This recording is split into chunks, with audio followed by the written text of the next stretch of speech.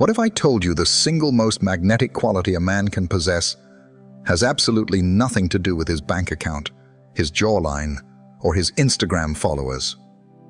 It's a silent, undeniable power that, once mastered, will transform not just how women see you, but how you experience every facet of your life. Get ready, because what you're about to discover is a game changer. Most men never truly grasp this profound truth. They spend years, sometimes decades, tirelessly chasing women, showering them with expensive gifts, flattery, or a dazzling display of their latest accomplishments. Yet, despite all this effort, they often find themselves bewildered when the initial spark flickers and dies, or when she never truly looks at them with that raw, unshakable, visceral desire they crave. Perhaps you found yourself caught in this very cycle. You've tried relentlessly to impress, to validate your worth, to scream from the rooftops that you are good enough. But deep down, in the quiet corners of your soul, you knew it wasn't truly working. In fact, all that desperate effort, all that relentless striving for approval, seemed to only push her further away, creating a wider chasm instead of drawing her closer. Here's the unvarnished truth, a revelation that will liberate you. Women are not fundamentally drawn to constant effort, nor are they captivated by a man who endlessly seeks their approval. What truly ignites their attraction, what sparks that primal, undeniable desire, is something far more subtle, yet infinitely, immeasurably more powerful. It's not about doing more. It's not about trying harder. It's about embodying a fundamental truth, a masculine principle so deeply ingrained that she can feel its potent resonance without you uttering a single word. It's a habit, a way of being, so utterly natural and deeply masculine that it instantaneously shifts her entire perception and response to you. The ancient Stoics, those sagacious philosophers, understood this profound dynamic millennia before modern psychology even began to catch up. They intuitively knew that authentic power, a commanding presence, and disciplined emotional restraint were not just virtues, but magnetic forces of nature. They understood, with crystal clarity, that women are not drawn to the man who tries the hardest, but to the man who simply is, the man who is complete in himself, unwavering in his core. In this deep dive, brought to you by Stoic Love, we're going to meticulously dissect the #1 masculine habit that women find ridiculously, irresistibly attractive. And more than that, we'll give you 5 intensely practical, actionable ways to integrate this habit into your daily life, transforming you from the inside out. But before we strip away the illusions and delve into these profound truths, take a moment. Tell me your name, where you're from, and with complete honesty, what is the single biggest challenge you're currently navigating in your relationships? Let's foster a community of growth and shared understanding here at Stoic Love. Together, we can evolve. And now, let's embark on this transformative journey. 1. Stop apologizing. Own your space. Let's be brutally honest for a moment. Most men, whether they realize it or not, fall into this insidious trap far too often. They issue apologies not because they've committed genuine harm, not because they've wronged someone in a meaningful way, but because they have been subtly conditioned from a young age to soften their very existence, to minimize their presence, to make themselves smaller and less impactful. And here lies the crux of the problem, the fatal flaw in this constant apologetic stance. Every single unnecessary sorry doesn't make you appear kind, gentle, or considerate. In fact, it achieves the exact opposite.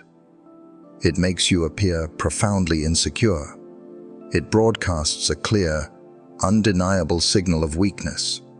And make no mistake, gentlemen, absolutely nothing extinguishes the flames of attraction faster, more definitively, than weak, hesitant energy. Consider this carefully. Envision a man who incessantly utters phrases like, "sorry," "Is this okay?" or "Sorry, I didn't mean to interrupt." What he is, in essence, doing is constantly announcing to the world, and more importantly, to the woman he's trying to connect with, that he fundamentally doubts his own value, his own right to exist, his own right to speak. He's not standing firmly and unapologetically in his own presence. Instead, he's perpetually asking for permission simply to be himself, to occupy space, to voice an opinion. And women, with their finely tuned intuition, do not respond to that kind of energy with genuine, passionate desire. At best, if they are particularly patient or empathetic, they might tolerate it. At worst, and far more commonly, they will instinctively, perhaps even unconsciously, take advantage of it, seeing an opening to assert their own dominance or simply disengage. Let me paint a vivid picture for you. Meet Daniel, a bright, ambitious 29-year-old living in the vibrant tech hub of Seattle.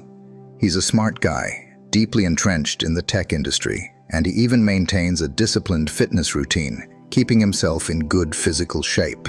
By all external measures, he's a catch. However, every single time Daniel finds himself on a date, he falls into the habitual pattern of apologizing for the most minuscule, insignificant things. Picture him at a charming Italian restaurant, the soft glow of candlelight illuminating their table. When the waitress politely asks if he'd like to consider dessert, Daniel nervously replies, "Oh, sorry, I don't really eat sugar." It's an innocent enough statement, but the "sorry" undercuts his choice. Later, as he passionately shares his insights on a thought-provoking philosophical book he recently devoured, he quickly adds, almost as an afterthought, "Sorry if that sounds silly." Again, an unnecessary self-deprecation. By the time the evening draws to a close, his date, Sarah, isn't left with an impression of confident, assured masculinity. Instead, she feels an underlying current of hesitation, a palpable sense of internal doubt emanating from him. And hesitation, in the intricate dance of attraction, invariably translates to perceived weakness. Now, let's contrast this with Sarah's experience with another man, Sophia. Not a person, but an embodiment of the calm, assured presence we're discussing. Sarah, after a few dates with Daniel, recounted her experiences to her closest friends over Sunday brunch. "He was kind," she conceded, stirring her cappuccino thoughtfully. "But I never truly felt drawn to him." Why? Because not once did she sense that Daniel genuinely, deeply believed in himself. His constant, almost compulsive smoothing over, his incessant need to apologize for his very existence, made her feel, perhaps unconsciously, that she had to somehow take the lead, that she had to carry the emotional weight of the interaction, and that gentleman is unequivocally not the energy that ignites and sustains attraction. That is not the energy that stirs a woman's soul. Here's the liberating truth. Women do not crave an endless barrage of apologies. What they instinctively desire, what they are profoundly drawn to, is to feel your deeply grounded, unwavering presence. Marcus Aurelius, the Stoic emperor, once wisely proclaimed, "Waste no more time arguing what a good man should be. Be one." That, my friends, is precisely the point we're driving home here. Stop apologizing for the simple act of existing. Start living with deliberate, focused intention. Now let's be abundantly clear. This philosophy absolutely does not advocate for bulldozing over people, for being rude, or for stubbornly refusing to admit when you are genuinely in the wrong. Quite the opposite. Real, mature men understand the importance of accepting responsibility. But there is a monumental difference between authentic accountability and a compulsive, ingrained habit of over-apologizing. Accountability says, "Yes, I made a mistake. I will acknowledge it, and I will correct it." Over-apologizing, on the other hand, subtly communicates, "I'm genuinely sorry for simply taking up space in your world." One approach builds profound respect and strengthens bonds. The other, inexorably, erodes it. So, how do you dismantle this deeply ingrained habit? Start by cultivating a heightened sense of self-awareness. Begin catching yourself in those moments when sorry instinctively wants to slip out of your mouth for something genuinely small and inconsequential, like asking a simple question, expressing an opinion, or merely occupying your rightful space. In those moments, pause.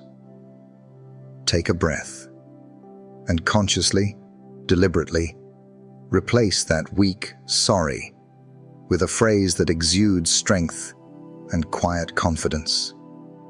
Instead of habitually saying, "Sorry I'm late," pivot to, "Thank you for waiting for me." See how that shifts the energy. It's not an excuse, it's an appreciation. Instead of blurting out, "Sorry for bothering you," transform it into a confident, "Do you have a moment to spare?" Or, "Is this a good time?" These seemingly tiny, almost imperceptible shifts in language carry an immense, disproportionate weight in how you are perceived. Women may not consciously articulate, "Wow, he never over-apologizes," but they will, without a shadow of a doubt, feel the profound difference.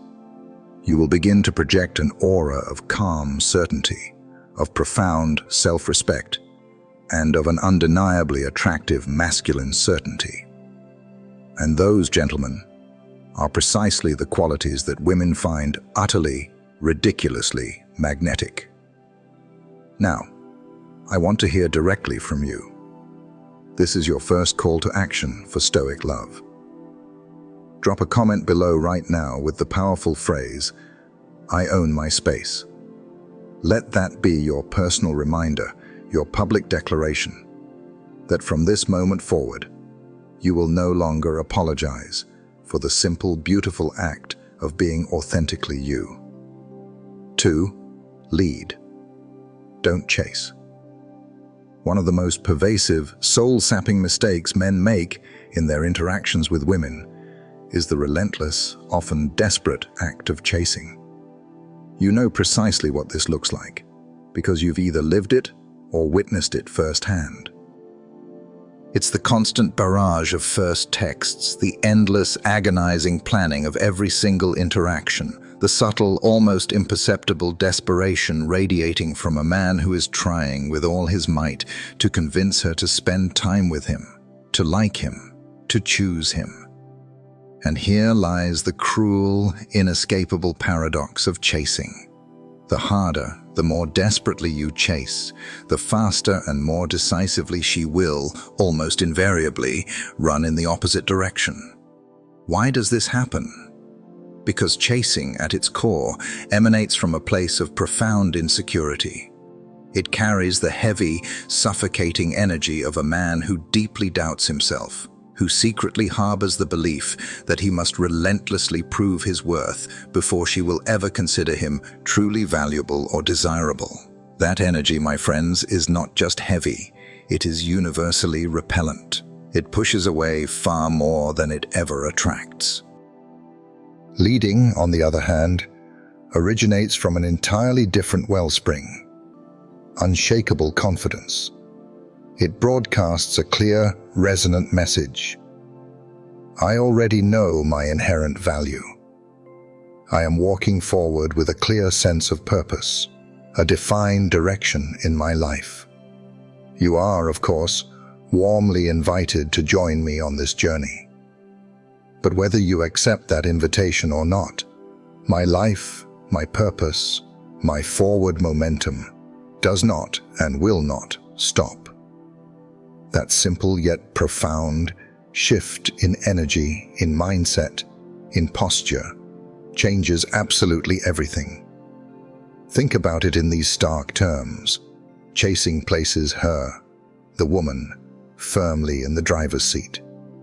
You become a passenger, constantly reacting to her fleeting moods, scrupulously following her subtle signals, allowing her to dictate the pace, the direction, the entire dynamic of the interaction. Leading, conversely, restores you to your natural, inherent masculine role. You, the man, set the direction.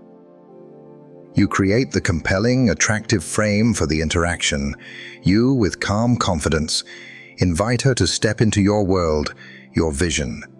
And women, at a deeply primal level, respect that profoundly. It's crucial to understand.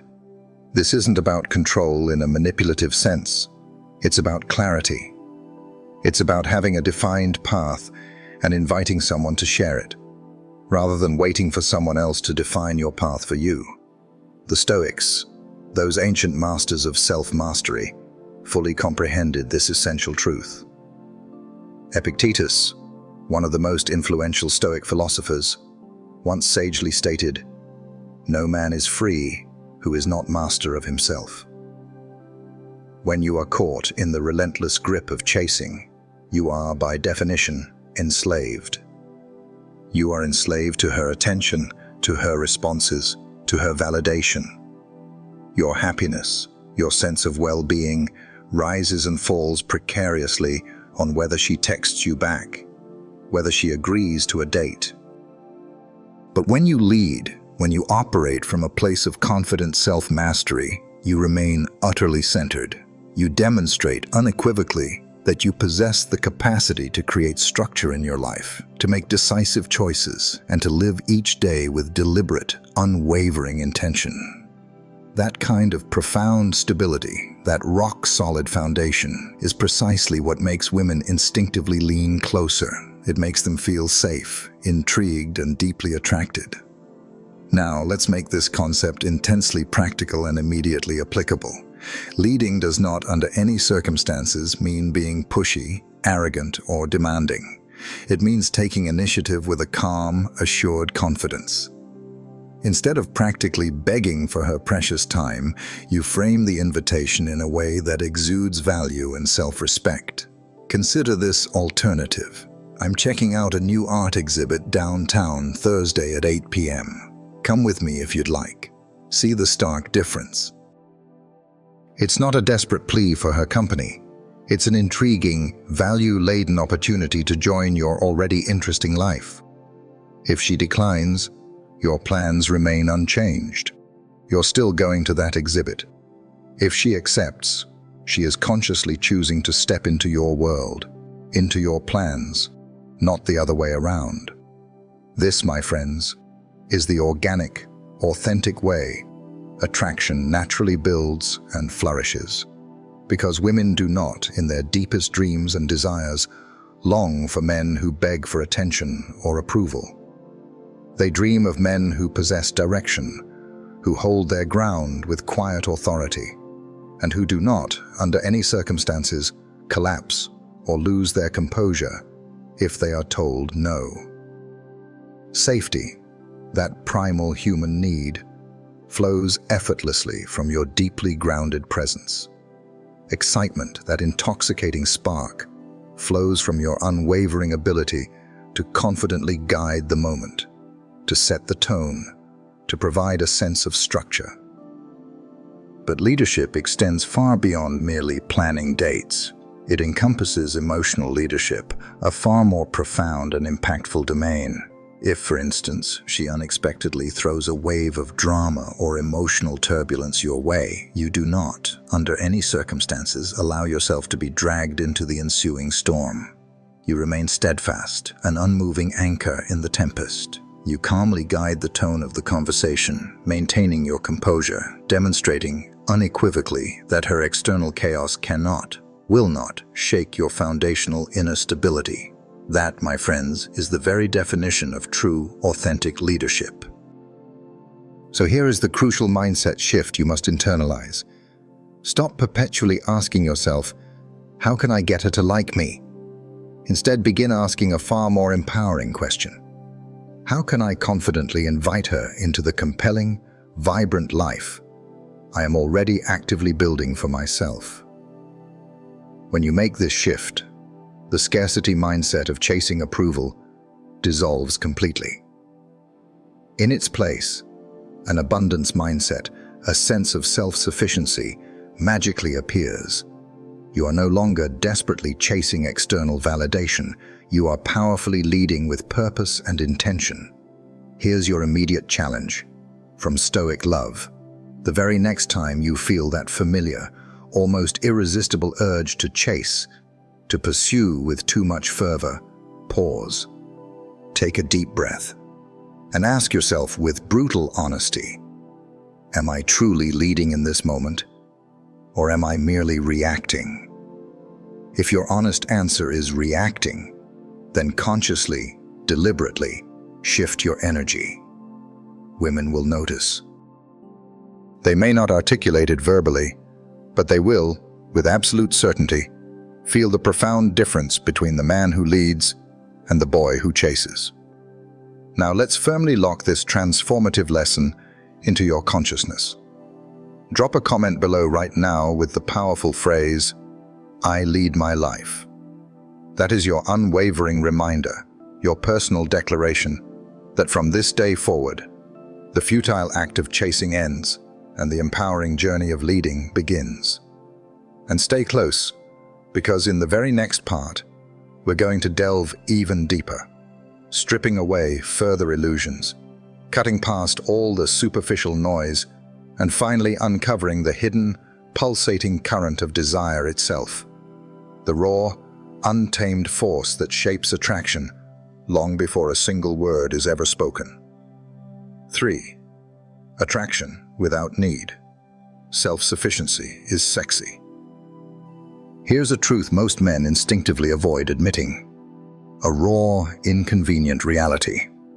The fastest, most assured way to utterly destroy attraction, to extinguish its very flame, is to act, subtly or overtly, as if you depend on her, the woman, for your own happiness, for your very sense of completion.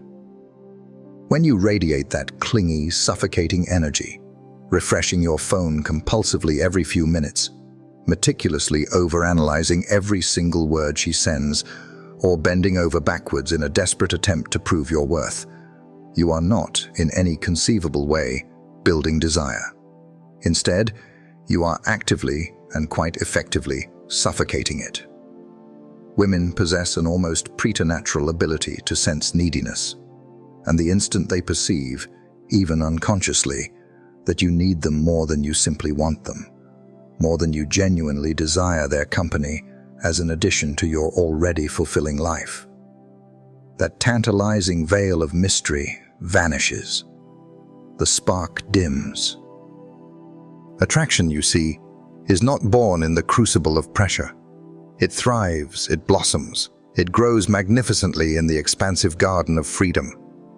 When you are utterly calm in who you are, when your profound sense of self-worth is not precariously tied to her fleeting reactions, her responses, or her validation, that is precisely when she leans in.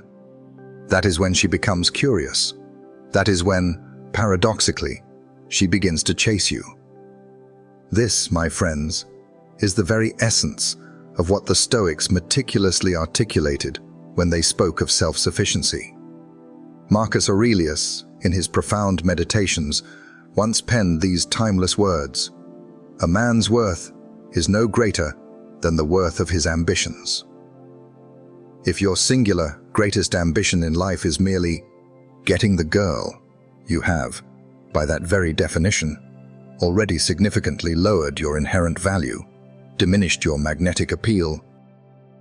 However, if your ambition is rooted in constant personal growth, in purposeful creation, in living a life of profound fullness and meaning, then you naturally bring that powerful, abundant energy into every single interaction you have. And women, with their keen, intuitive senses, can feel that energy immediately, palpably. Let's contextualize this with a relatable, real-life story. Consider Alex, a brilliant 30-year-old software developer navigating the bustling, competitive landscape of New York City. He began seeing Claire, a captivating 27-year-old photographer. Initially, their chemistry was electric, undeniable. The connection felt strong, promising. But soon, almost imperceptibly, Alex began to slip into the insidious trap of neediness. Whenever Claire, perhaps engrossed in a photo shoot or editing session, didn't reply to his texts with what he deemed sufficient speed, he would immediately fire off another message. "Did you see my text? Are you mad at me?"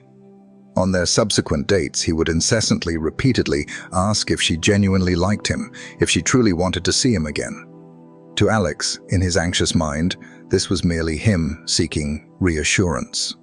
To Claire, however, it registered as suffocating, undeniable pressure. And as we've established, pressure is the silent assassin of attraction. Within a single month, Claire, feeling increasingly overwhelmed and repelled, began to distance herself. The once vibrant chemistry had dissipated into thin air. But here's the crucial, transformative twist in Alex's story. When he finally, painfully, realized the profound mistake he had been making, he committed to a radical shift. He stopped making Claire the absolute center of his universe, the sole arbiter of his happiness. He deliberately reconnected with his own passions, his own life's purpose, diving back into challenging coding projects, recommitting to his rigorous workout regimen, and actively investing time in his deep friendships.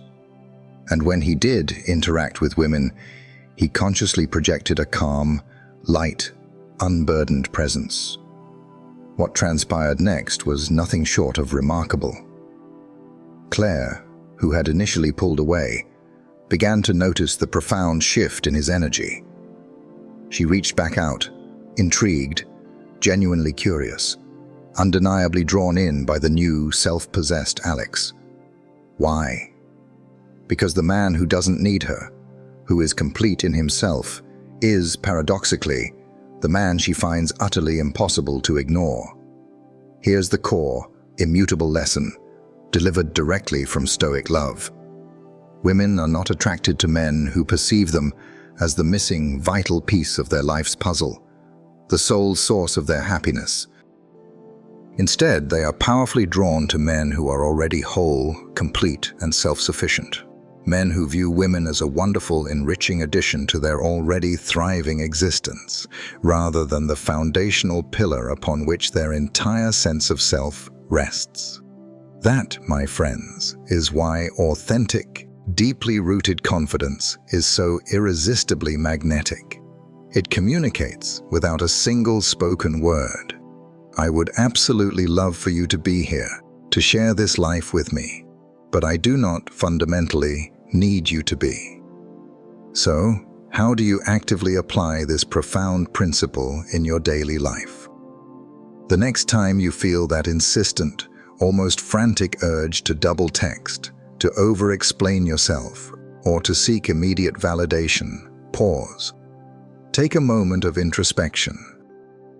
Ask yourself with brutal honesty, am I acting from a place of genuine, healthy desire, or am I operating from a desperate, gnawing need for her external validation? When your actions are propelled by a genuine desire, you instinctively pull her closer. When your actions are driven by a fundamental need, you, just as instinctively, push her away. Here's a powerful challenge for you, from Stoic love. If you are genuinely ready to live from a place of unshakable strength instead of debilitating desperation, I invite you right now to drop a comment below and declare, "I need nothing." Let that be your personal declaration, your unwavering standard, a testament to your newfound self-sufficiency. And stay with me, because in just a moment, we'll dive into something that takes this even deeper. How to channel your energy so powerfully that she feels its intoxicating pull in her very body, long before she even intellectually realizes it in her mind. 4. Interest, not approval. One of the most insidious and pervasive mistakes men consistently make when engaging with women is fundamentally confusing interest with approval. They operate under the misguided belief that if a woman politely laughs at their jokes, offers a casual compliment on their appearance, or tells them they are sweet, then, by some magical equation, attraction must be steadily building. They couldn't be more wrong. But here's the stark, unvarnished reality. A truth that will shatter this illusion. Approval and genuine, passionate desire are not, under any circumstances, the same thing. Approval, at its core, is surface level. It's polite. It's often merely her way of communicating, "You're fine." But let me be unequivocally clear. Fine never keeps her awake at night, tossing and turning with longing. Fine doesn't make her crave your presence with an almost primal intensity. And fine certainly doesn't miraculously transform into magnetic attraction. When you are perpetually chasing her approval, what you are, in essence, unconsciously saying is, "Please, tell me I'm good enough. Validate my existence." You are, in that moment, metaphorically handing her the powerful stamp of authority, waiting with bated breath for her to validate your worth, as if you desperately require her permission slip to be considered desirable. But when you are consciously, deliberately sparking her genuine interest, you are engaged in an entirely different, far more potent game. You are creating a captivating, unforgettable experience. You are, in essence, proclaiming, "Here I am, in all my authentic glory. Let's see if you can keep up with the unique rhythm of my world." Genuine interest pulls her closer, drawing her into your orbit with an irresistible force. Approval-seeking, conversely, always without fail, pushes her away. The Stoics, with their profound understanding of human nature, comprehended this intricate dynamic long before modern psychology ever came into being. Epictetus, in one of his most incisive statements, once advised, "If you want to improve, be content to be thought foolish and stupid." In other words, if you live your life constantly, anxiously chasing the fleeting approval of others, you will never, ever live with true authenticity, with profound self-respect. The very same principle applies with uncanny precision in the realm of attraction. Approval might earn you a polite smile, a courteous nod, but it will never, ever ignite her body or stir her deepest heart. Take a moment to observe the world around you. Men who are caught in the relentless pursuit of approval contort themselves, bending and twisting like emotional acrobats. If she appears even slightly bored, they immediately, frantically, change their tone, their subject matter, their entire demeanor. If she doesn't laugh at their joke, they instantly launch into another, more desperate story. If she seems distant or disengaged, they impulsively buy another round of drinks, hoping to chemically induce a better mood. They are playing a losing game, a desperate battle they can never truly win, because approval, by its very nature, cannot lead to genuine, passionate desire. Now, contrast that with the man who possesses a deep, intuitive understanding of attraction. He isn't desperate, isn't frantic to prove himself worthy. He isn't bending his will, his personality, his very essence to perfectly fit her every mood or whim. Instead, he sparks an insatiable curiosity within her by simply being himself, grounded, authentically playful, deeply present. He creates a compelling, irresistible emotional rhythm, an unspoken invitation that makes her instinctively want to step into his world, to experience more of his unique energy. That's why so many men often feel utterly confused, lost in the labyrinth of miscommunication. They'll lament, "But she said I was nice. She told me I was so sweet. Why didn't she want more?"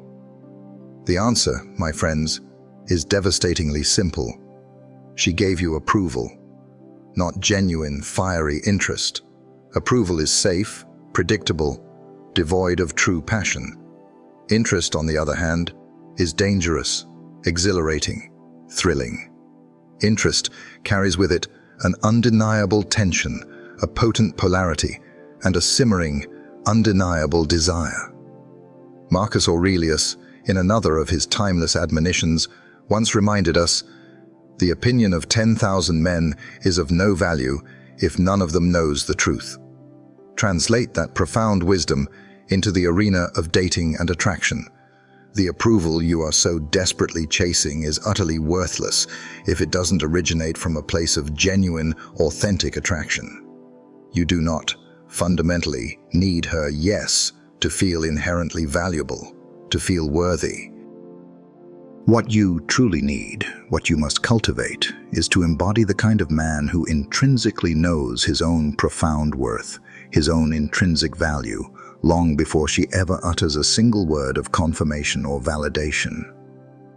And here's the glorious paradox. When you finally truly stop chasing approval, when you relinquish that exhausting pursuit, that is precisely when true, unadulterated interest begins organically to flourish.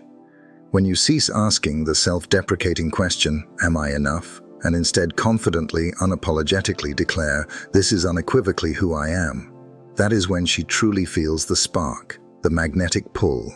Because women are not fundamentally moved by compliance, by a man who tries too hard to please. They are profoundly moved by authentic presence, by undeniable energy, and by a man who radiates his own intrinsic value without ever needing her to confirm it.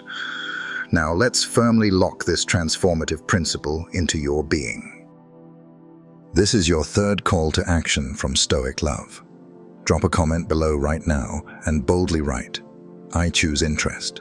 Let that be your powerful declaration, your unwavering commitment that you are done begging for external approval and are now ready to embody the kind of man who effortlessly pulls women in with the sheer force of his presence, not with desperate pleas for permission.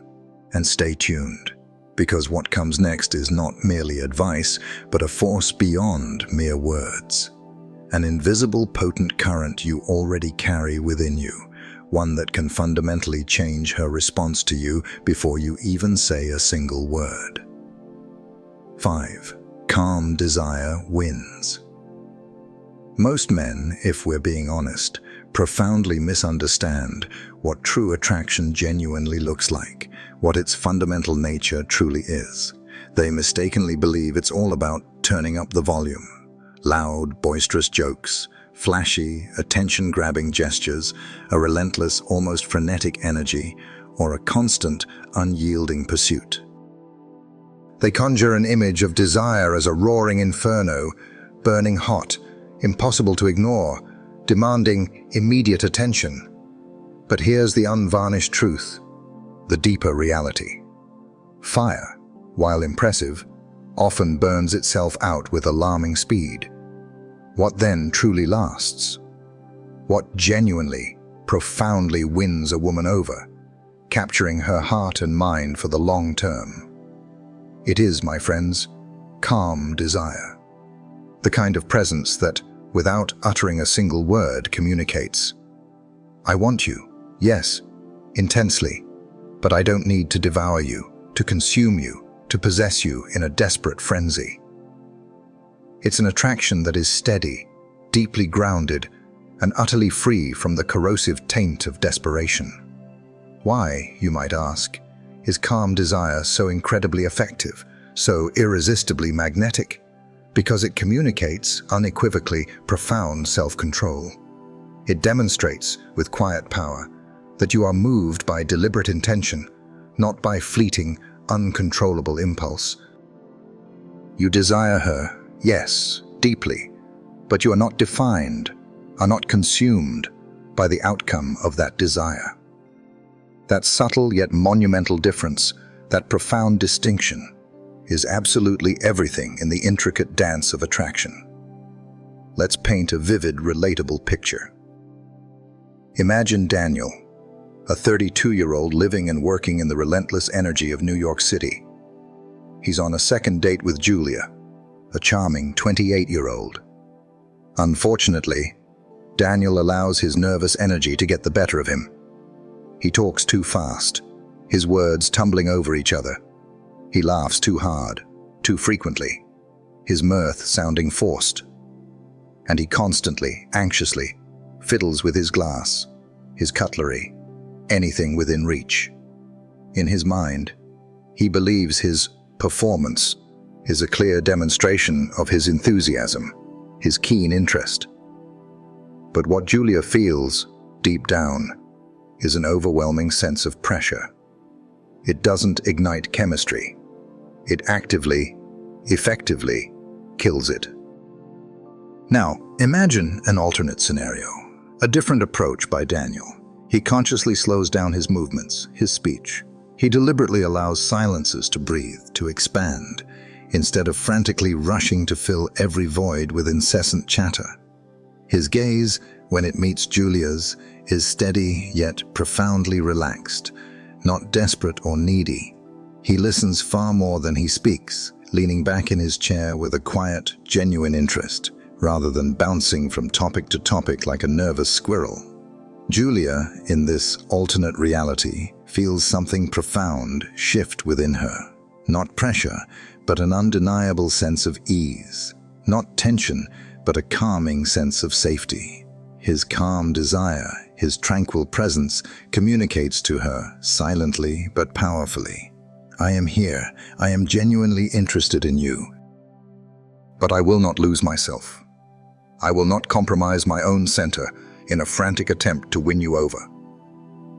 That profound stillness, that serene self-possession, creates an irresistible emotional space for her to lean in, to explore, to feel safe enough to reveal her authentic self. This, my friends, is precisely where most men go profoundly wrong. They flood a woman with an overwhelming torrent of attention, mistakenly believing that more equals better. But attraction is not about suffocating her, about overwhelming her with your presence. It's about giving her the necessary room, the emotional oxygen, to feel your powerful, grounded presence, and then, crucially, to respond to it naturally, organically. Women possess an innate sensitivity. They acutely notice when desire is calm, self-assured. It liberates them. It allows them to relax, to explore, to authentically match your energy, rather than feeling pressured to constantly react to your frantic output. Calm desire isn't just deeply attractive, it actively, powerfully builds trust. When you demonstrate to her that your desire isn't frantic, isn't desperate, she perceives your unwavering steadiness. And steadiness, in a world of constant flux and emotional volatility, is an exceptionally rare and precious quality. It makes her feel inherently safe enough to truly open up her own feminine energy, deepening the connection between you both. Even Marcus Aurelius, in his profound wisdom, understood this dynamic. The nearer a man comes to a calm mind, he wrote, the closer he is to strength. Apply this timeless wisdom to relationships, and its meaning becomes crystal clear. Calm desire is not a weakness. It is, in fact, undeniable proof of immense inner power. It is the exquisite balance between wanting and patiently waiting, between confidently leading and empathetically listening. It is desire, pure and potent, untainted by fear. Think back to a time when you were deeply drawn to someone, yet you didn't rush, you didn't force anything. That quiet confidence, that patient anticipation, likely left a far stronger, more indelible mark than any flashy, attention-grabbing move. Because when women instinctively sense calm desire radiating from a man, it creates a powerful sense of mystery. Mystery, in turn, fuels the imagination. And imagination, my friends, is the most potent fuel for attraction. So, here is your anchor, your guiding principle from Stoic love. Drop a comment below and powerfully write, I choose calm.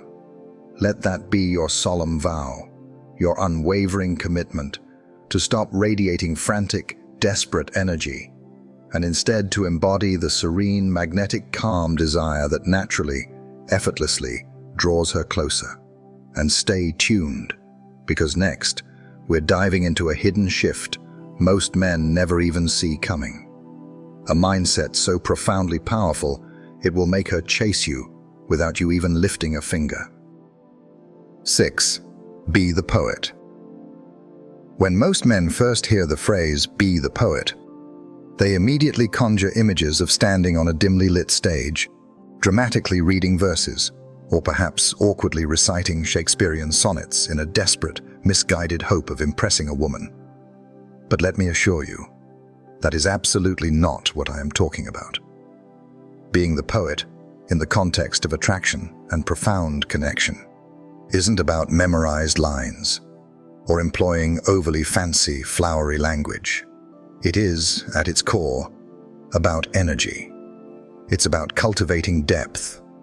It's about speaking in a way that makes her feel something profound, something she can't quite logically explain, something that resonates deep within her soul. You see, most men, when they speak to women, tend to rely almost exclusively on logic.